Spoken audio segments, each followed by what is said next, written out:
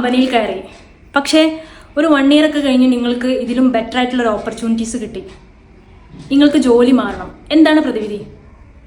നിങ്ങൾ ആദ്യം ചെയ്യേണ്ടത് കമ്പനിക്ക് മെയിൽ വഴി ഒരു റെസിഗ്നേഷൻ ലെറ്റർ അയക്കുക എന്നുള്ളതാണ്.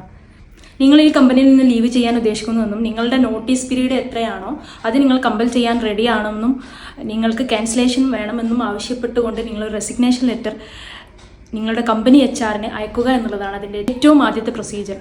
മാത്രമല്ല UAE ലേബർ നിയമപ്രകാരം നോട്ടീസ് പീരീഡിൻ്റെ ഒരു കാലാവധി എന്ന് പറയുന്നത് 1 to 3 months വരെ ആകാം. നിങ്ങളുടെ കോൺട്രാക്റ്റ് പരിശോധിച്ച് നിങ്ങളുടെ നോട്ടീസ് പീരീഡ് എത്രയാണോ ആ നോട്ടീസ് പീരീഡ് അനുസരിച്ച് നിങ്ങൾ അവിടെ വർക്ക് ചെയ്യുകയും നോട്ടീസ് പീരീഡ് കമ്പൽ ചെയ്ത് കഴിഞ്ഞാൽ 14 daysനുള്ളിൽ കമ്പനി നിങ്ങൾക്ക് റെസിഗ്നേഷൻ തരണമെന്നാണ് ആസ് പെർ ലോ പറയുന്നത്.